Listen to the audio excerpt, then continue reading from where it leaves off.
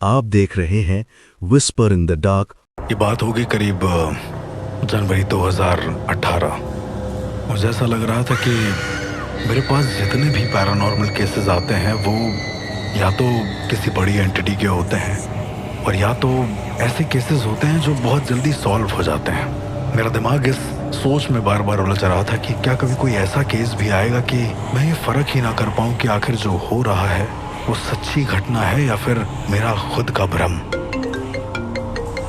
उस दिन मेरे पास एक कॉल आता है और कॉल में एक बुजुर्ग सा आदमी मुझसे कह रहा होता है कि उसके घर में बहुत बड़ी दिक्कत है। उसका बेटा बार बार उसे दिख रहा है जो कि 2 साल पहले मर चुका है। मैंने कहा कि इसमें कोई बड़ी दिक्कत मुझे लग नहीं रही है दादा, आप पितरों की शांति करा ले, वो सब कुछ ठीक हो जाएगा। पर उस बुजुर्ग के वर्ड्स कुछ और थे। उस फोन में ही मुझे वो बुजुर्ग कहते हैं, तुम जाओ, मेरा कुछ नहीं बिगाड़ सकते। देखते ही देखते अचानक से उन बुजुर्ग इंसान की आवाज बिल्कुल बदल जाती है, ऐसे जैसे मानो किसी ने उसे पोजेस कर लिया हो या कोई मुझे बुलाना चाहता हो। वो उस आवाज में कहने लगे कि मुझे उनके घर आना होगा चाहे कुछ भी हो जाए। आमतौर पर सुनने में बड़ा अजीब लग रहा था कि एक ऐसा इंसान जो घर में अपने ही बच्चे की आत्मा के लिए मदद मांग रहा है वो मुझे अपने घर क्यों बुला रहा है, वो भी एक ऐसी आत्मा के रूप में जो उसको पोजेस कर चुकी है। फोन रखता है और उनके बताए गए पते पर मैं पहुंच जाता हूँ। बाहर से घर देखने में बिल्कुल आम सा घर लग रहा था। ऐसा लग रहा था कि ये मिडिल क्लास फैमिली से बिलोंग करते हैं और ऐसा कुछ खास नेगेटिव ऊर्जा का यहाँ पर प्रकोप है नहीं। मैं घर के अंदर गया तो देखा कि एक दादी सामने वाले सोफे पर बैठी हुई कोई सब्जी काट रही होंगी, पर उनका ध्यान पूरा मेरी तरफ था। मैंने उनसे पूछा कि किसने मुझे कॉल किया था, तो सामने से मैं क्या देखता हूँ कि एक अधेड़ उम्र का इंसान चलकर आ रहा है और वो हाथ में एक स्टिक लिए हुए है। अजीब सी चीज ये थी कि उस बूढ़े इंसान के एक आंख नहीं थी।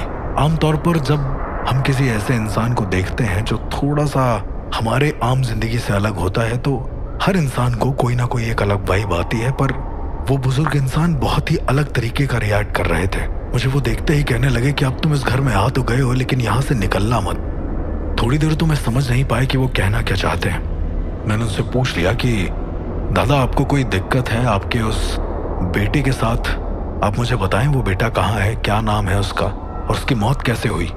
जितनी देर में मैं ये पूछ पाता वो बुजुर्ग की आवाज अचानक से बदल गई और वो कहने लगे कि मेरी मौत के मेरी मौत, अब तू सुनेगा मेरी मौत की दास्तां। उनकी आवाज कुछ इस तरीके से बदली कि मैं जहां पर था वहीं पर स्तब्ध रह गया पूरी तरीके से। उन्होंने पास रखा एक चाकू उठाया और वो कहने लगे कि क्या मैं फिर से खुद को मार कर दिखाऊं? तुम चाहते हो मुझे देखना कि मैं कैसे मरा, कि मेरे अपने ही घर वालों ने मुझे कैसे मारा? थोड़ी देर तक तो मैं कुछ नहीं समझ पाया कि अपने ही घर वालों ने कैसे मारा, मतलब बगल में बैठी दादी डर रही थी और उन्होंने कहा कि यही हमारा बेटा है जो हर रात हमें पोजेस करता है। जैसे ही कोई नया इंसान आता है हमें यहाँ पर तुरंत पोजेस करने लगता है। मैंने उनसे पूछा कि आखिर इसकी मौत हुई कैसे, तो उन्होंने बताया कि एक रात छत पर टहलते हुए गलती से उसका पैर फिसला और वो नीचे गिर गया। मैंने कहा पर जिस तरीके से ये आत्मा बता रही है उसका खून तो शायद चाकू घोंपने से हुआ है। मैं कुछ समझ पा नहीं रहा था कि ये सच्चाई है या फिर भ्रम। उन दादी ने कहा कि इसकी मौत ऊपर से नीचे गिरने पर ही हुई, पर नीचे एक बड़ा सा पेचकस था जो जमीन में गड़ा हुआ था, उस पर यह गिर गया और इसकी मौत हो गई। पर अगर ऐसा हुआ है तो सवाल मेरे मन में यह आया कि अपने पापा को ही क्यों पोजेस कर रहा है, आखिर ऐसा क्या दिक्कत हो गई है इसे। मैंने दादी से पूछा भी तो उन्होंने कहा कि उनके पापा सिर्फ ऊपर खड़े हुए थे, उसे देख रहे थे। उसके बाद से करीब 10 दिन गुजरे होंगे और इसका पोजीशन शुरू हो गया।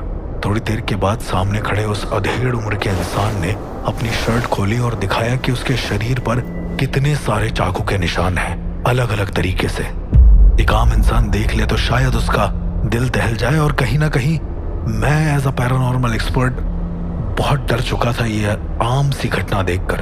दरअसल कभी कभी हम एक आम घटना देखकर भी इतना घबरा जाते हैं जो हमें पैरानॉर्मल घटना देखने पर नहीं होता। और वो सिर्फ हंसे जा रहे थे।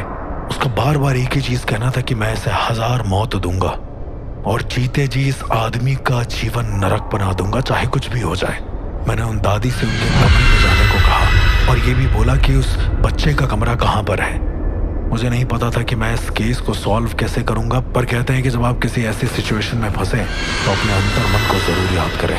मैंने थोड़ी देर के लिए गहन चिंतन किया और अचानक से उस अधेड़ उम्र के इंसान से कहा कि चलो मैं तुम्हें अच्छी सी मौत देता हूँ, अगर तुम्हें इसी शरीर की मौत चाहिए तो मैं तुम्हें दे सकता हूँ। उस बूढ़े व्यक्ति के अंदर छुपे हुए उस शैतान ने कहा कि हाँ बिल्कुल, मुझे मौत दे दो, मैं चाहता हूँ। मैंने कहा कि मेरे पास एक ऐसा तरीका है जिससे इस इंसान की आत्मा 1000 बार मरेगी और इससे शायद तुम जो कि इनके बेटे हो तुम्हें भी आराम मिल जाए, क्योंकि ऐसा लग रहा था कि उनके बेटे को लगता है कि मौत का जिम्मेदार इनका पिता है और उस बच्चे को लगा था कि इसके पिता ने इसको धक्का दिया है।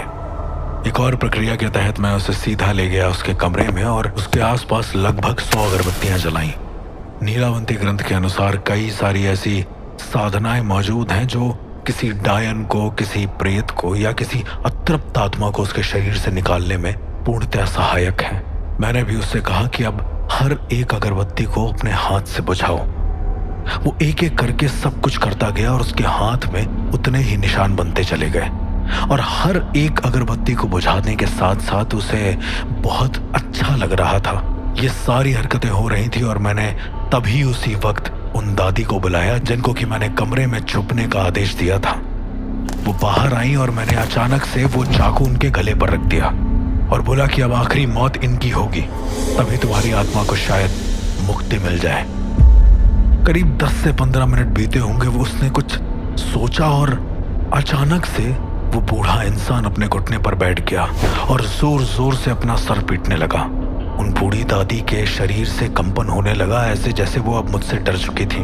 तो मैंने उनसे कहा कि अभी भी वक्त है, सच्चाई बता दो, क्या है दादा? तो उन्होंने तुरंत कहा,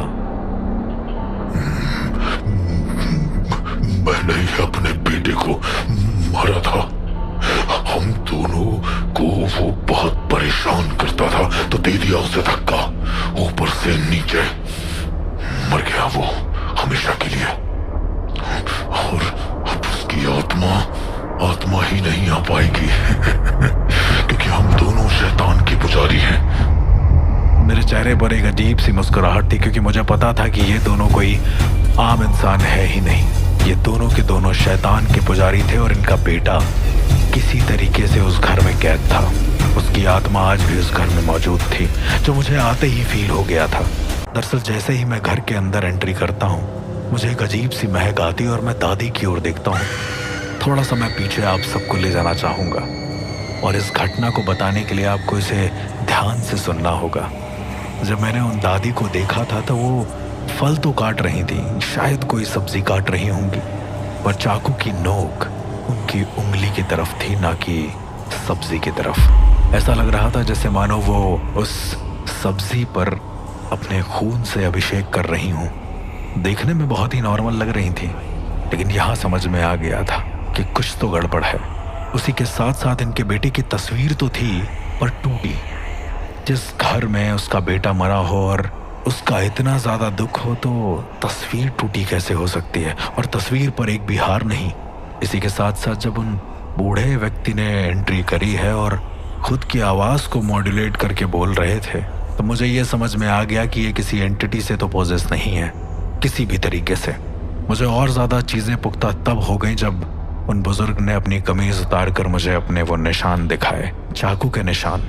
जब मैंने उन निशानों के पैटर्न को देखा तो वो साफ साफ एक किसी सैटनिक रिचुअल से मिले जुले लगते थे जो मैंने कभी किसी बाहरी इंसान के शरीर पर देखे थे। मुझे एग्जैक्ट नहीं याद आ रहा था कि क्या था, पर यस वो डेमोनिक रिचुअल का हिस्सा थे। ऐसा लग रहा था कि वो किंग सोलोमन के डेविल्स की बात कर रहे हों, जिनको अटेन करने के लिए 15 तंत्र साधक या 15 अलग अलग पैरानॉर्मल एक्सपर्ट को धोखे में रखकर उनकी बलि देनी होती है।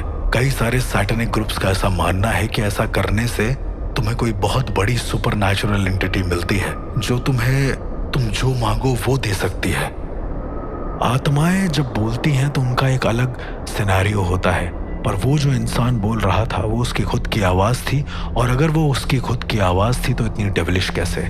इसका मतलब कि वो खुद शैतानों की पूजा कर रहा था। और ज़्यादा पुख्ता करने के लिए मैंने उनसे उनके बेटे के बारे में वो कहानी पूछी।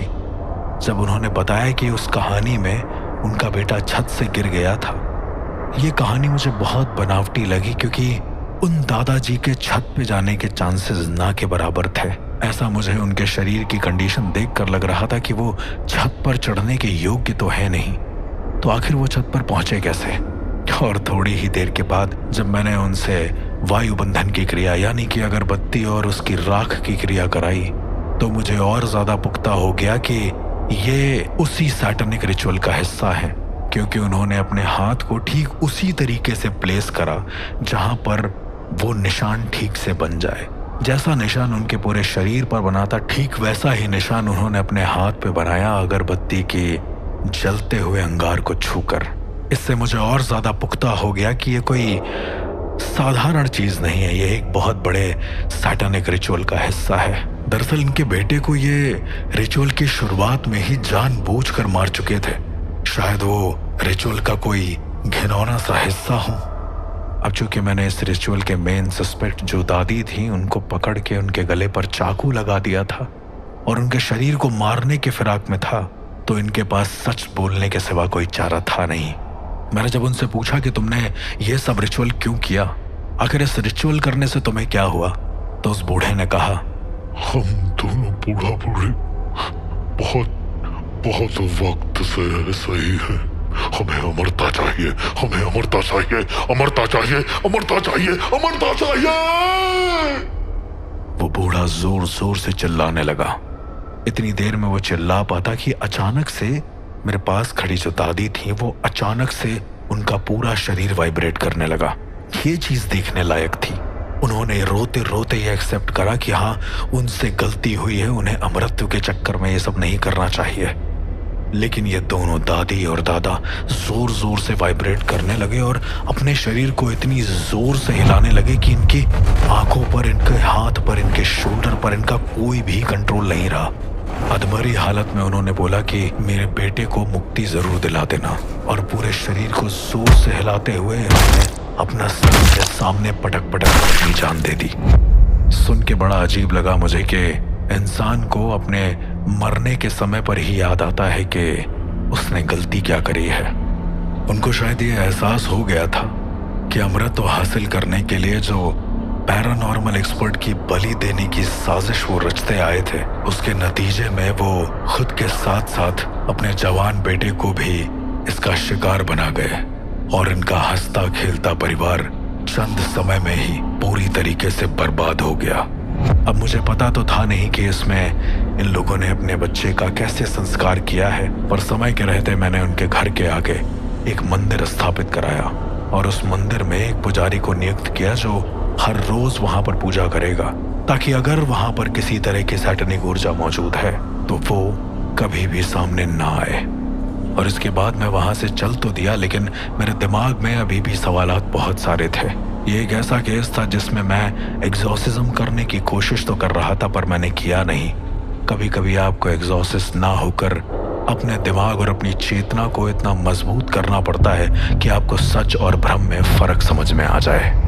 और इसी के साथ मेरा सफर आगे चल दिया। एक और नई खोज, एक और नई तलाश, एक और नए रियल घोस्ट एनकाउंटर, एक और नए एग्जॉर्सिज्म की ओर। जल्द मिलते हैं, तब तक के लिए सुनते रहिए द रियल घोस्ट एनकाउंटर्स।